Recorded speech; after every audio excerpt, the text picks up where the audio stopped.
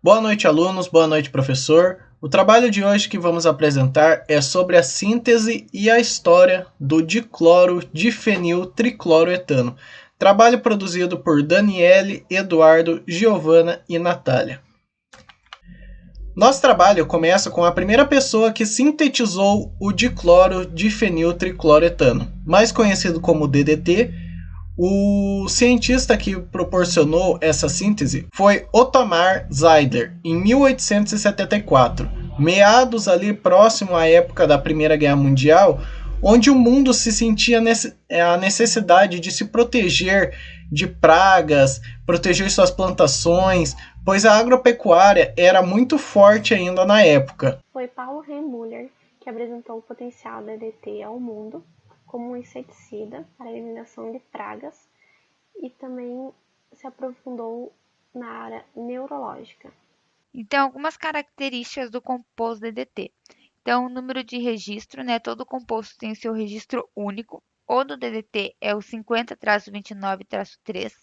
Ele tem baixa hidrossolubilidade, então quer dizer que ele é difícil ser dissolvido em água e tem alta lipossolubilidade, então tem uma fácil penetração em membrana biológica. Ele é um isômero, Os isômeros são substâncias orgânicas que apresentam a mesma fórmula molecular, mas possuem propriedades e características estruturais diferentes. Ele tem um ponto de fusão de 109 graus e uma pressão de vapor a 2,53 vezes 10 a menos 5.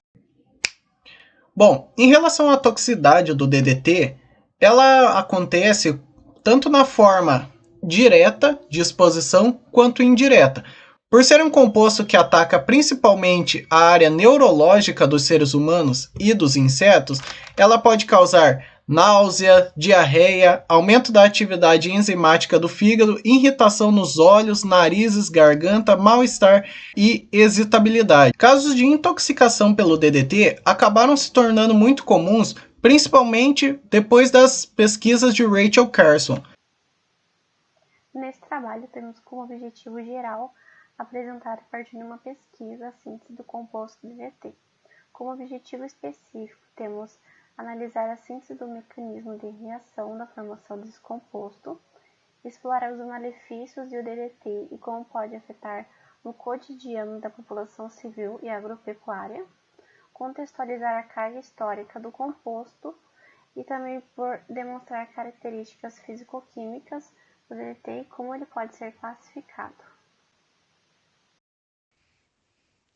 No procedimento experimental, os materiais que foram utilizados foi o balão volumétrico de 500 ml de fundo redondo, um funil de vidro, um agitador mecânico, uma balança semi-analítica, uma pipeta volumétrica, um becker de 500 ml, um papel filtro, um kitasato e um funil de filtragem.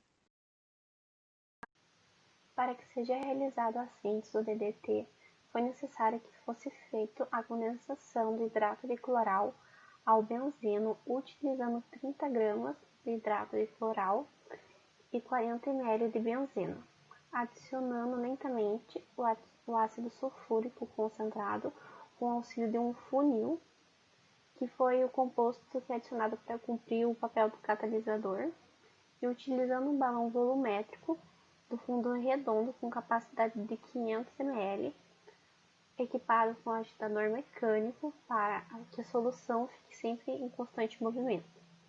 Após o preparo dessa solução, para que seja iniciada a síntese de composto, a mistura foi submetida ao aquecimento utilizando o método banho-maria com aproximadamente 50 graus, para que assim o hidrato de cloral ele pudesse ser definidamente dissolvido.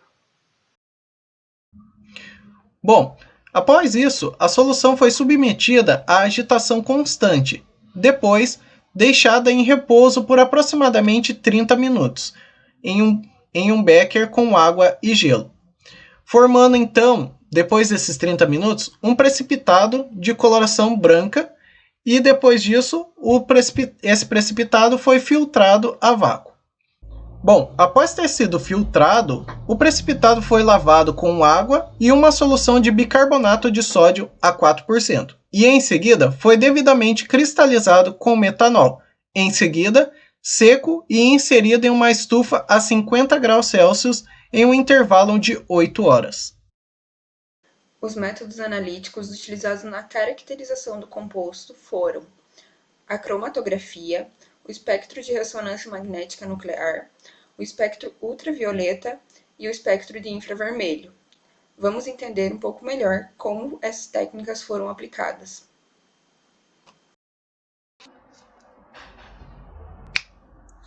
No método cromatográfico, foi utilizado primeiro a cromatografia de coluna. Para isso, foi utilizado solventes para eluição, sendo eles o éter de petróleo, o hexano, o tetracloreto de carbono e o éter etílico. Em sequência, foi utilizada uma eluição acompanhada por cromatografia de camada delgada. A cromatografia em camada delgada foi utilizada visando os seguintes objetivos: a identificação qualitativa de produtos obtidos nas reações, o controle do aparecimento dos produtos das reações e o desaparecimento dos reagentes, e o controle da eluição dos produtos de uma mistura em cromatografia em coluna. Essa técnica, utilizando como eluente o éter de petróleo, acusou a formação de uma mancha. Os materiais utilizados para esse método cromatográfico foram placas de vidro de 200 por 200 milímetros, preparadas para que se fosse utilizado 40 gramas da sílica de gel de HF 254 da Merck e adicionando-se 80 ml de água destilada. A mistura foi agitada vigorosamente e aplicada por 5 placas através de um aplicador Desaga. Em seguida, as placas eram deixadas ao ar pelo período de 2 horas e, em seguida, levadas a uma estufa para que ocorresse a ativação delas durante o período de 1 hora a 120 graus. A aplicação das amostras sobre as placas foi feita através de tubos capilares com auxílio do gabarito Desaga. A eluição foi feita, então, em uma cubeta de vidro esmerilhada de 19-220 por 220 milímetros, para em seguida se processar a revelação com o auxílio de uma lâmpada ultravioleta UVSL 25. A cromatografia gasosa foi utilizada para identificar qualitativamente produtos de reação. Nessa técnica foi usado um cromatógrafo de gás, onde as temperaturas da coluna do detector e do bloco de injeção foram respectivamente de 190, 200 e 215 graus. Para a determinação de ponto de fusão, utilizou-se um microscópio e para as medidas de pH, utilizou-se um pH-metro. Já utilizando no método de espectro de infravermelho, foi utilizado o espectrofotômetro de Perkin-Elmer, modelo 720. Espectros esses que foram obtidos em fase SO. Para isso, foi utilizado brometo de potássio, que era secado a 110 graus durante 6 horas em uma estufa, e as pastilhas preparadas por meio de uma prensa de Perkin-Elmer. Segundo as técnicas descritas, a escala do aparelho foi ajustada com um filme de poliestireno. Então, o aparelho leu de 2 a 3% da amostra em kbr. Foi utilizado também o método do espectro de ultravioleta. Para identificar as bandas de absorção em espectro, foi utilizado um espectrofotômetro Shimadzu modelo UV210A, equipamento com registrador Shimadzu U135 e uma cubeta de quartzo com caminho óptico de 1 cm. O espectro ultravioleta, então, apresentou uma região de absorção referente à banda B com lâmina máxima de 254, 259, 264 e 260 nm, e outra da banda E2 deslocada para 228 nanômetros. A técnica de ressonância magnética nuclear foi realizada através de um simulador. É interessante observar que a molécula de DDT apresenta um plano de simetria, e isso intensifica o sinal no espectro. Nesse espectro, nós poderemos observar um deslocamento químico onde, um sinal de 4,52, eu tenho um hidrogênio, e entre os sinais de 7,44 e 7,55, eu tenho 8 hidrogênios, sendo 4 no sinal de 7,52, apresentando uma constante de acoplamento de 8,4, 1,6 e 0,5 Hz, e 4 no sinal de 7,47, apresentando uma constante de acoplamento de 8,4, 1,5 e 0,5 Hz. Então, vamos observar esse espectro um pouco mais de perto. Nesse caso, a gente pode observar o espectro do hidrogênio indicado em amarelo na molécula no canto superior esquerdo da tela, que apresentou um sinal de 4,52 ppm no deslocamento químico e não apresenta constante de acoplamento porque é um simbleto, isso significa que a gente tem apenas um pico. Como dito anteriormente, a molécula apresenta um plano de simetria e isso intensifica o sinal. Nesse caso, nós temos dois duplo-duplo dubleto apresentando o mesmo sinal ou um sinal muito parecido. Os hidrogênios indicados na molécula ao lado esquerdo aparecem também no lado esquerdo do espectro, no sinal de 7,52 ppm, apresentando uma constante de acoplamento de 8,4, 1,6 e 0,5 Hz, que seria a distância entre esses picos. Os hidrogênios indicados na molécula do lado direito aparecem igualmente do lado direito do espectro, no sinal de 7,47 ppm, apresentando uma constante de acoplamento de 8,4, 1,5 e 0,5 Hz. Assim, nós podemos observar que o espectro apresenta uma espécie de simetria, assim como a molécula, pois os sinais são muito parecidos.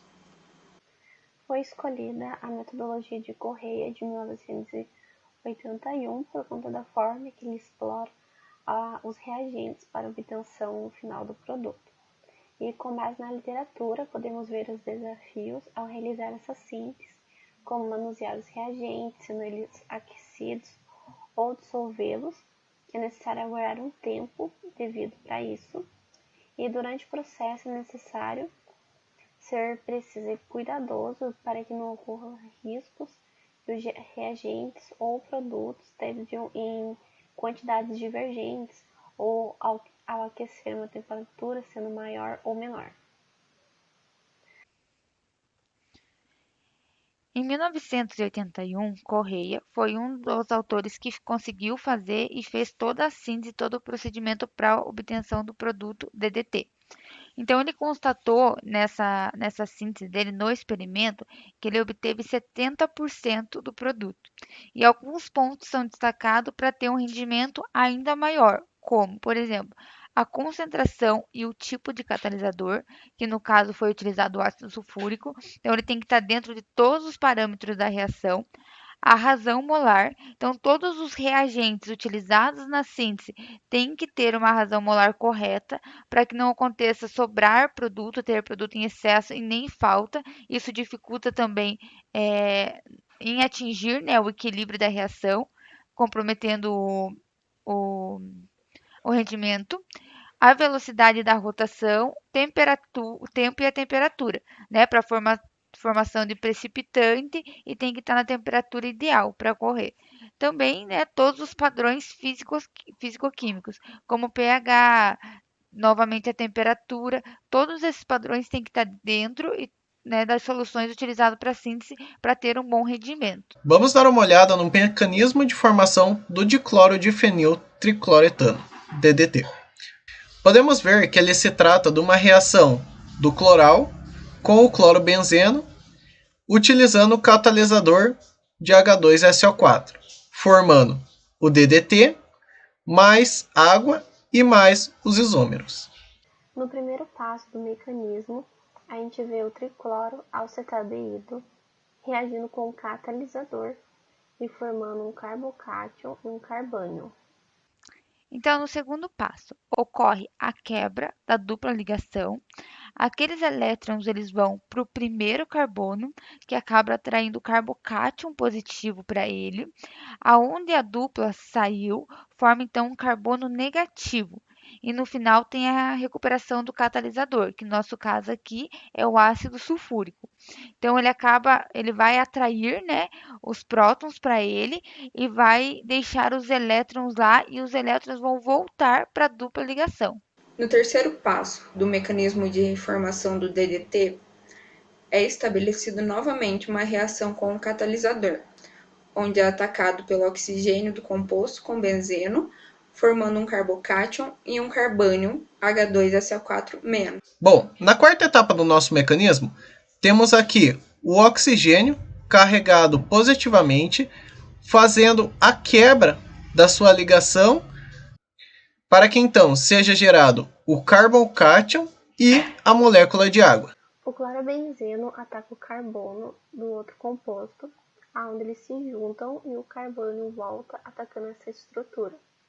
Dessa forma a gente tem a formação do DDT e volta novamente o catalisador. Então, como conclusão, né, a partir de nossas pesquisas na literatura, em artigos científicos, foi possível notar que o composto DDT ele foi muito utilizado e muito eficaz naquela época, né? Ele foi essencial para a época, mas que infelizmente por falhas químicas e físicas ele não pode mais ser utilizado. Conseguimos ver também bastante a questão dos malefícios e os benefícios que ele trouxe, né, e fez para a saúde na época que ele era utilizado.